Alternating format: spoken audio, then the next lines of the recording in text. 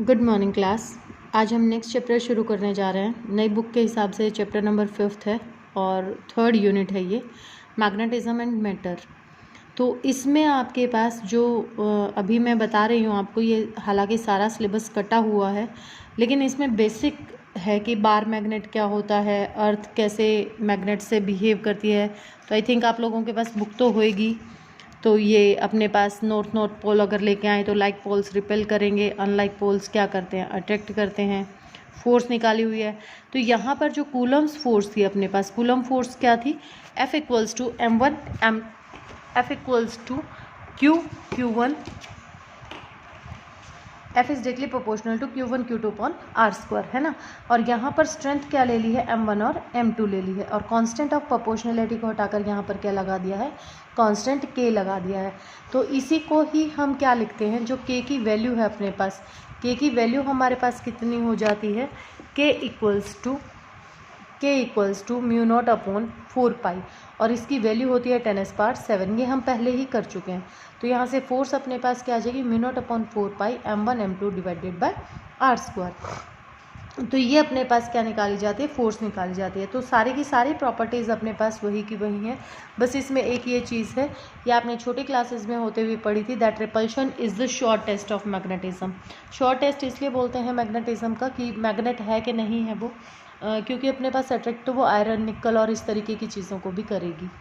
Same properties हैं आपकी magnetic field lines की, जो आपने इलेक्ट्रिक फील्ड लाइंस की पढ़ी थी, और वही सारी की सारी चीज़ें हैं। सिर्फ इसमें एक फ़र्क होता है कि ये अपने पास क्या बनाती हैं, closed curve, closed continuous curve बनाती हैं, कि अपने पास नॉर्थ से बाहर निकलती हैं, साउथ के अंदर जाती हैं, और south inside the magnet south to कहाँ चलती हैं, नॉर्थ चलती हैं।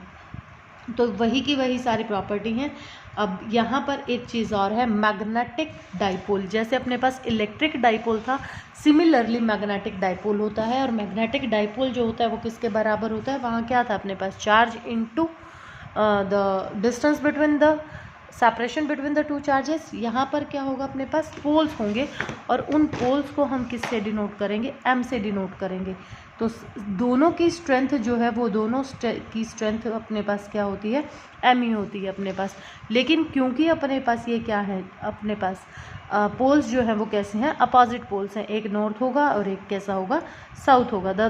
तो क्या होगा, डाइपोल मोमेंट किसको कहेंगे हम, dipole moment is strength either, चाहे वो आप नॉर्थ की लो चाहे आप साउथ की लो, दोनों में से either the strength of the pole into the separation. और ये जो सेपरेशन है, इस सेपरेशन को हम 2L से डिनोट कर देते हैं या 2D से डिनोट कर देते हैं। सिर्फ एक, चाहे 2A से भी डिनोट कर सकते हो जैसे आपके पहले किया हुआ था, तो उसी तरीके से आप इसको 2A से भी डिनोट कर सकते हो, 2L से भी कर सकते हो, 2D से भी कर सकते हो, तो वो आपकी मर्जी है। तो ये आपका क्या कहलाएगा, डाइपोल मोमेंट कहलाएगा। और इस डाइपोल मोमेंट को हम क्या करेंगे, कैपिटल M से डिनोट करेंगे। तो डाइपोल मोमेंट हमारे पास ये भी एक वेक्टर क्वांटिटी है, और इसकी जो डायरेक्शन होगी, it is directed towards south to north pole of the magnet. और इसकी जो यूनिट होंगी, वो यूनिट होंगी इसकी जूल पर टेस्ला, ठीक है, या फिर एम्पियर मीटर स्क्वायर। और इसकी जो डायमेंशन फार्मूला होगा, डायमेंशंस जो होंगी वो होंगी M0 L2 T0 and I, ठीक है। तो ये अपने पास इसकी क्या होंगी, मैग्नेटिक मोमेंट की डायमेंशंस होंगी। सिमिलरली अपने पास जो बार मैग्नेट के लिए, एक्सियल के लिए, अब जो आपने फर्स्ट यूनिट में, फर्स्ट चैप्टर में, आपने सेकेंड चैप्टर में जो किए थे, आपने 5 टॉपिक किए थे। आपने स्ट्रेंथ निकाली थी एक तो एक्सियल लाइन पर, मैग्नेटिक फील्ड लाइन की, मैग्नेटिक फील्ड इंटेंसिटी की, इक्वेटोरियल पर निकाली थी, टॉर्क निकाला था, और क्या निकाला था आपने वहाँ पर, रिंग के लिए निकाला था। तो वही सारी चीज़ें अब किसके लिए आएंगी, आपके पास मैग्नेटिज्म के लिए आएंगी। मैग्नेटिक मोमेंट के से आप इसको निकालेंगे, और ये सब करने के लिए आप एज इट इज़ वैल्यूज़ लेंगे और क्या करेंगे, तो इसके लिए आप क्या करेंगे, वही एज इट इज़ डेरिवेशन से आपकी बिल्कुल वो की वो, सिर्फ चार्ज को रिप्लेस कर देंगे। चार्ज को रिप्लेस कर देंगे किससे, m से, और k जो कांस्टेंट है जहां हम लगाते थे क्या 1/4πε0, इसको डिनोट रिप्लेस कर देंगे किससे, μ0/4π से। बाकी की आपकी total derivation as it is है, ठीक है। तो वो आपके वैसे सिलेबस से भी ओमिट हो गई हैं, लेकिन एक बार आप उनको देख लीजिएगा, कॉम्पिटिटिव एग्जाम्स में आगे आपको यूज़ होंगी।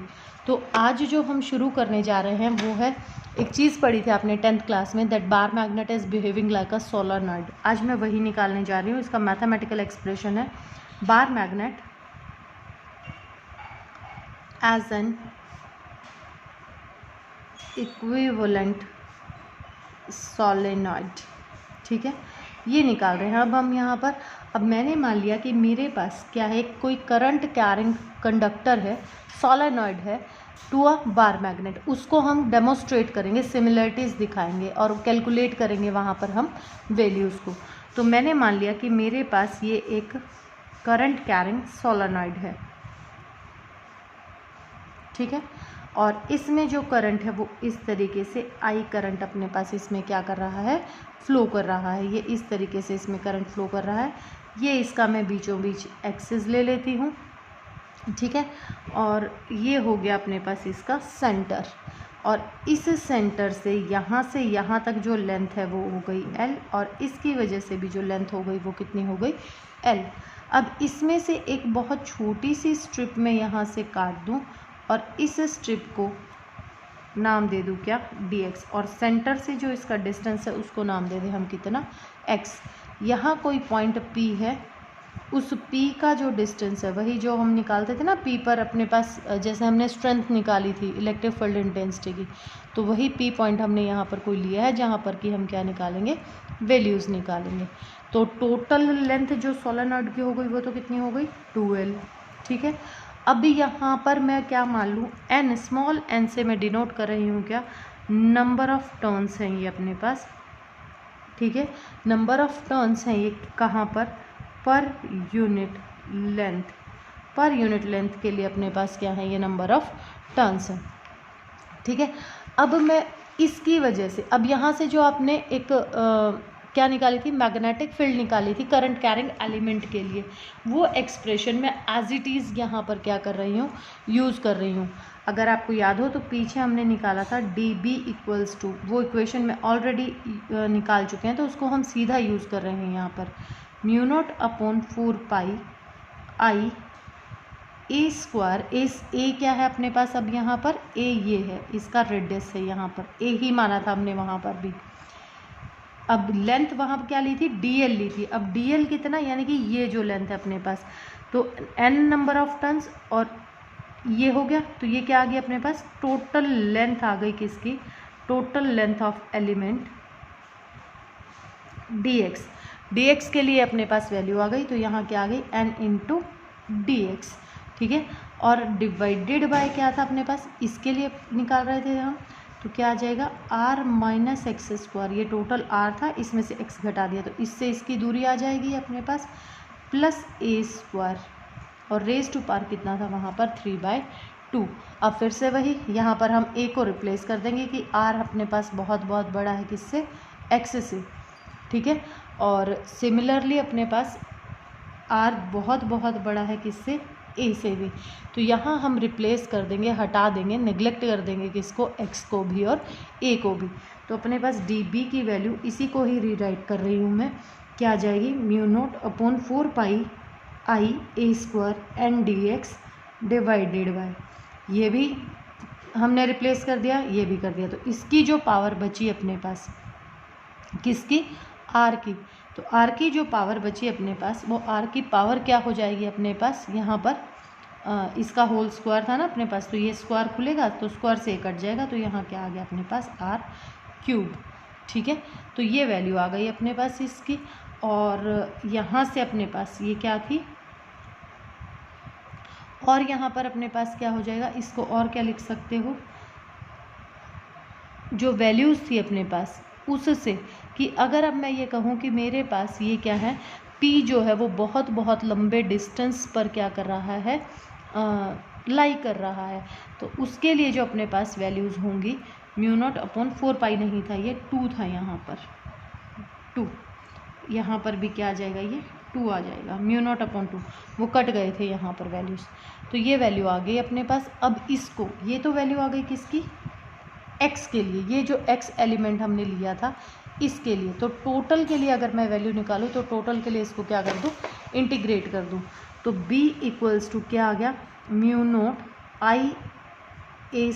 n dx divided by 2r3, ये था ना अपने पास, तो टोटल के लिए इसको क्या कर दें, इंटीग्रेट कर दें। अब यहाँ पर अपने पास सेंटर से जो लेंथ है इधर लेफ्ट साइड की -l हो जाएगी और इसकी क्या हो जाएगी, +l, इसको इंटीग्रेट करो, बाकी सारी चीज़ कांस्टेंट है, बाहर आ जाएगी, तो क्या आ गया अपने पास, μ0 na² डिवाइडेड बाई 2r3, और यहाँ पर आ गई अपने पास क्या, dx को करेंगे इंटीग्रेट, तो क्या आ गया x, और वैल्यूज़ वेरी कर रही हैं -l टू +l, ठीक है।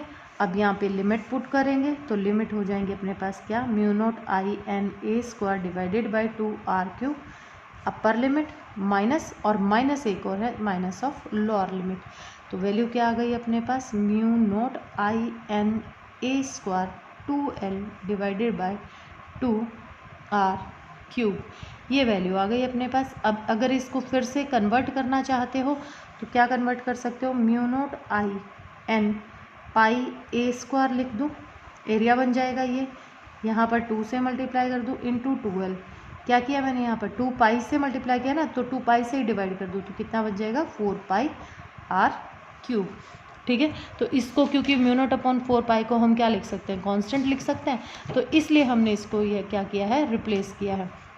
तो अपने पास मैग्नेटिक मोमेंट जो होगा, मैग्नेटिक मोमेंट किसके बराबर होता है, total turns into area of cross section, ठीक है। तो ये वैल्यू हो गई अपने पास, total turns into area of cross section. तो अब जो वैल्यूज़ आएंगी अपने पास वो क्या हो गई, मैग्नेटिक मोमेंट, ये तो किसकी वैल्यू आ गई, फील्ड की वैल्यू आ गई, और ये कितना हो जाएगा, n इंटू 2l इंटू आई, ये तो total number of turns into current हो गया अपने पास, ठीक है, टर्न्स इनटू करंट, और एरिया कितना हो गया, πa², ठीक है। तो b इक्वल्स टू कितना आ जाएगा अपने पास, यहाँ पर देखो n इंटू 2l आई, और πa² को तो हम क्या लिख सकते हैं, m लिख सकते हैं, तो क्या आ गया ये, μ0/4 2m/r3, तो ये वैल्यू आ जाएगी आपकी किसके लिए, मैग्नेटिक फील्ड के लिए। अब आगे जो है अपने पास, जैसे हमने पोटेंशियल एनर्जी निकाली थी और हमने क्या निकाला था, टॉर्क निकाला था, तो वो एज इट इज़ डेरिवेशन है जो आपने किस में की थी, फर्स्ट यूनिट में की थी, ठीक है। और अगर अपने पास यहाँ पर देखो जो कंपास निडल है, अगर उस कंपास निडल से हमें कहा जाए कि हम डिटर्मिनेशन करें, मैग्नीट्यूड निकालें मैग्नेटिक फील्ड का by using the compass needle, तो क्या होगा अपने पास, determine the magnetic field by using compass needle, ठीक है। कंपास निडल की हेल्प से हमने क्या निकालना है, मैग्नेटिक फील्ड निकालना है। तो सबसे पहले ये कि जब भी हम उसको मैग्नेटिक फील्ड में रखेंगे तो वो क्या करेगी, कोई ना कोई फोर्स एक्सपीरियंस करेगी, और फोर्स एक्सपीरियंस करेगी तो टॉर्क की जो वैल्यू हमने निकाली थी, टॉर्क की वैल्यू क्या थी अपने पास, md साइन ऑफ थीटा। अब यहाँ पर देखो ये, अब मैं आपको इलेक्ट्रिक फील्ड से बता दूँ, टॉर्क की वैल्यू क्या थी अपने पास, यहाँ पर m क्या था, मैग्नेटिक मोमेंट, तो p e sine of theta थी अब वहाँ पर, तो यहाँ पर मैग्नेटिक मोमेंट क्या हो गया, m, b मैग्नेटिक फील्ड और साइन ऑफ थीटा, और इसको इलेक्ट्रिकल के लिए अगर मैं लिखूँ तो क्या थी, p dipole moment, e field और साइन ऑफ थीटा। तो उससे मैंने ये एनालॉगी लगाकर और मैंने ये सीधी क्या लिख ली है, यहाँ पर वैल्यू लिख ली है, ठीक है। लेकिन टॉर्क अपने को पता है, टॉर्क किसके बराबर होता है, ये 11th क्लास में किया था, आई alpha, I is the magnetic moment और अल्फा क्या है अपने पास, एंगुलर एक्सेलरेशन। तो अब यहाँ पर मैं कहती हूँ if theta is very small, तो साइन ऑफ थीटा को क्या कर दें, साइन ऑफ थीटा को रिप्लेस कर दें किससे, थीटा से, तो वैल्यू क्या आ गई, कंपेयर कर दूँ इसको, तो क्या आ गया M B theta equals to I alpha, दोनों ही टॉप के बराबर है। यहाँ से अल्फा एंगुलर एक्सेलरेशन की वैल्यू निकालना है और माइनस, क्योंकि रेस्टोरिंग फोर्स होती है ये अपने पास, ये माइनस था अपने पास, तो minus of M B theta by क्या आ जाएगा अपने पास आई मैग्नेटिक मोमेंट। तो यानी कि यहाँ से फिर से वही वैल्यू आ गई that alpha is directly proportional to theta, यानी कि ट्विस्टिंग के जितना ट्विस्ट करेगा उतनी ही अपने पास क्या आ जाएगी वैल्यू आ जाएगी, उतना ही अपने पास वो एक्सेलरेट करके और अपने को क्या दिखा देगी, उसकी वैल्यू दिखा देगी।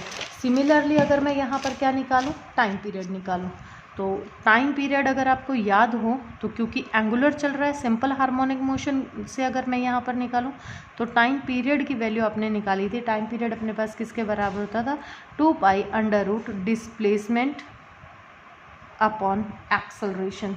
याद है आपको, ये 11th क्लास में किया था आपने ये फॉर्मूला। तो क्या आ गया 2 पाई एक्स, डिस्प्लेसमेंट कितना, एंगुलर डिस्प्लेसमेंट थीटा, और एक्सेलरेशन कितना हो गया अल्फा। अब यहाँ पर आप क्या कर सकते हो, वैल्यू पुट कर सकते हो, ठीक है। और इस तरीके से आप क्या निकाल सकते हो, यहाँ से मैग्नेटिक फील्ड की दोबारा से वैल्यू निकाल सकते हो। तो T is equal to 2 pi under root theta by alpha की वैल्यू निकाल लें ऊपर वाली इक्वेशन से, तो क्या आ जाएगी आई बाय एम बी, ठीक है, स्क्वायरिंग बोथ साइड। तो T square is equal to 4 pi square I M B, और बी निकालना हमने, तो बी इज इक्वल टू क्या हो गया 4 पाई आई बाय एम टी स्क्वायर, ठीक है। तो ये अपने पास वैल्यू आ गई किसकी, मैग्नेटिक फील्ड की। तो अगर हमें क्या पता है, एम पता है, आई पता है और टी पता है, तो हम किसकी वैल्यू निकाल सकते हैं, मैग्नेटिक फील्ड की वैल्यू निकाल सकते हैं, ठीक है।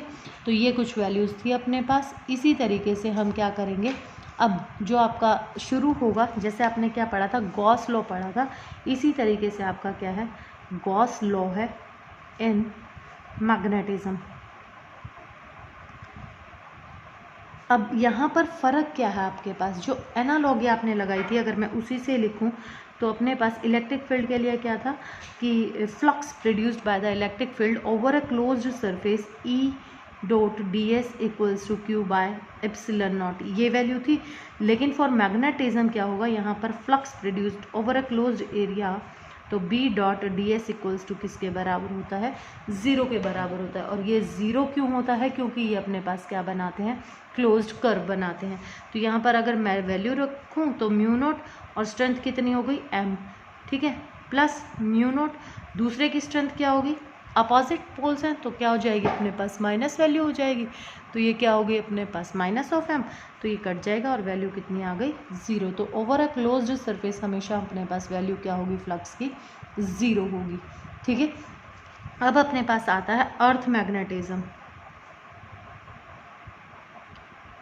इस चैप्टर का ये लास्ट टॉपिक है और इसमें 3 सब पार्ट्स बनेंगे अपने पास, और वो अब हम कल करेंगे।